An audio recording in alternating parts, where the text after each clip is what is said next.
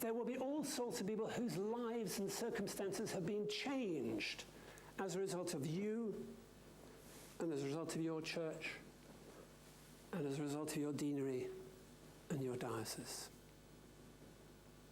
People's mould growing in their rooms will have been cleared. People will have been fed from your food banks.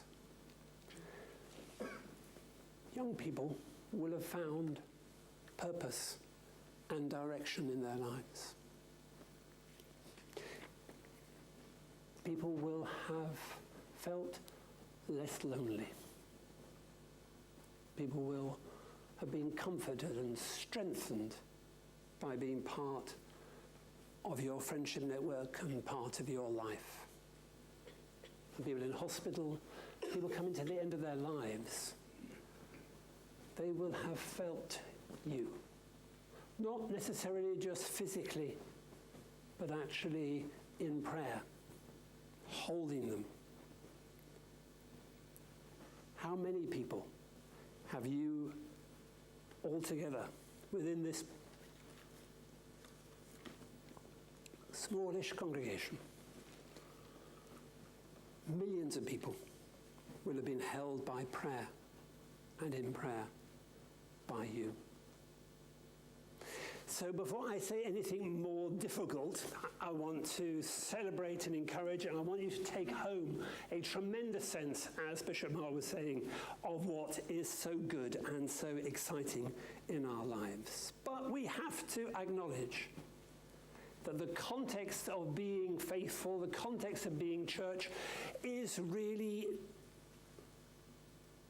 well, very different to 10 years ago when I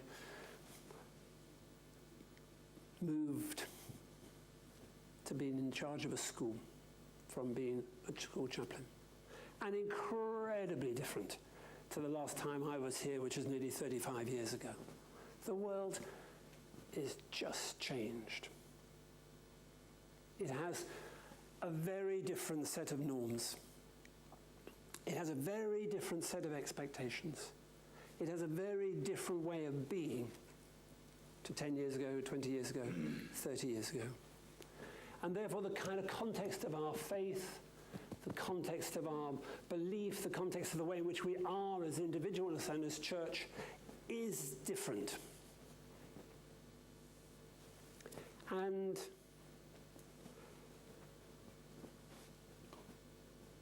we have to acknowledge that. We have to accept that. And for many people, it has been a kind of negative, and there was understandably some negativity about within this conference, completely understandably. And for many, of course, it was actually going to be the complete demise. It was terminal. We were going to die. We were irrelevant. What was it? We wouldn't be having a conference to hear today. I don't know what they'd have done with Hayes, but they'd done something with it. But it was terminal. But actually, of course, listening yesterday, knowing what's happening in our churches, knowing what's happening in our deaneries, knowing what's happening in dioceses, knowing what's happening in the Royal Foundation of St. Catherine, we know that that's not the case. We know actually that there's a very different story happening out there. And we know that actually what sometimes looks to be terminal is actually the seeds of the resurrection, of the bringing in of new life. So yes, our Sunday numbers are down. Not everywhere, but some places. And I get very, very, very mixed reactions, usually very negative, unpleasant reactions when I do say, actually, we have far too many church buildings. We're going to have to do something. Actually, supporting the bishop's comment about age, probably you're not going to have to do anything about it, but the next generation, the generation of younger bishops, they're going to have to face it. And it's interesting at St. Catherine's, I have lots and lots of bishops come through. The older generation of bishops, they don't want to talk about that. The younger generation of bishops know that on their watch, it's on their watch. And you need to help them and support them with it. We have too many churches. It's true of Norfolk, it's true of London. What we do about it is much more difficult. And there are going to be far fewer clergy.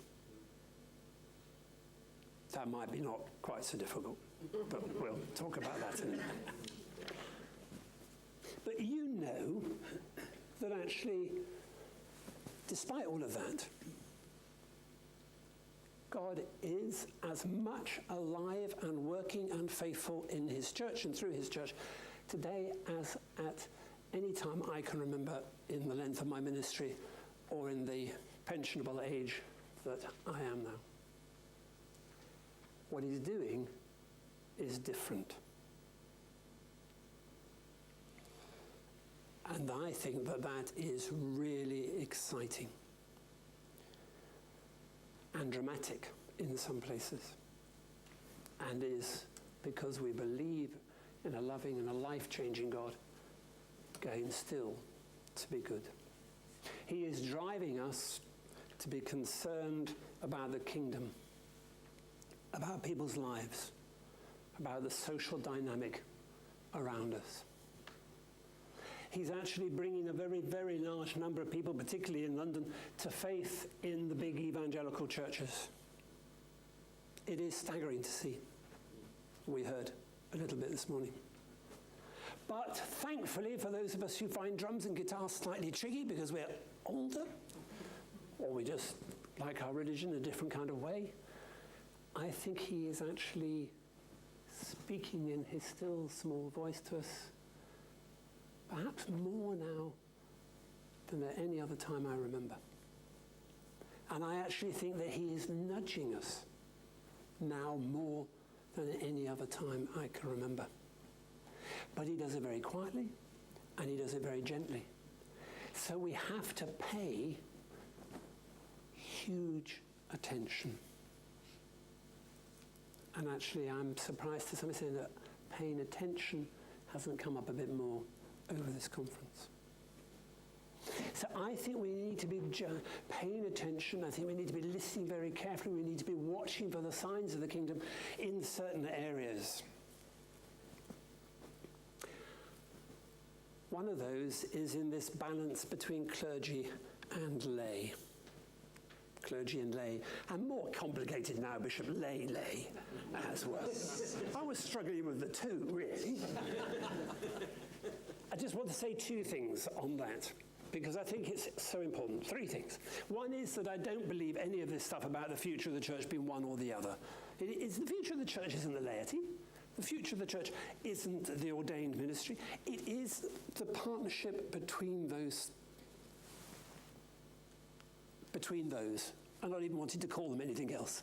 It's partnership between those. And I just want to say then two things about that. One is I want to say something to the laity.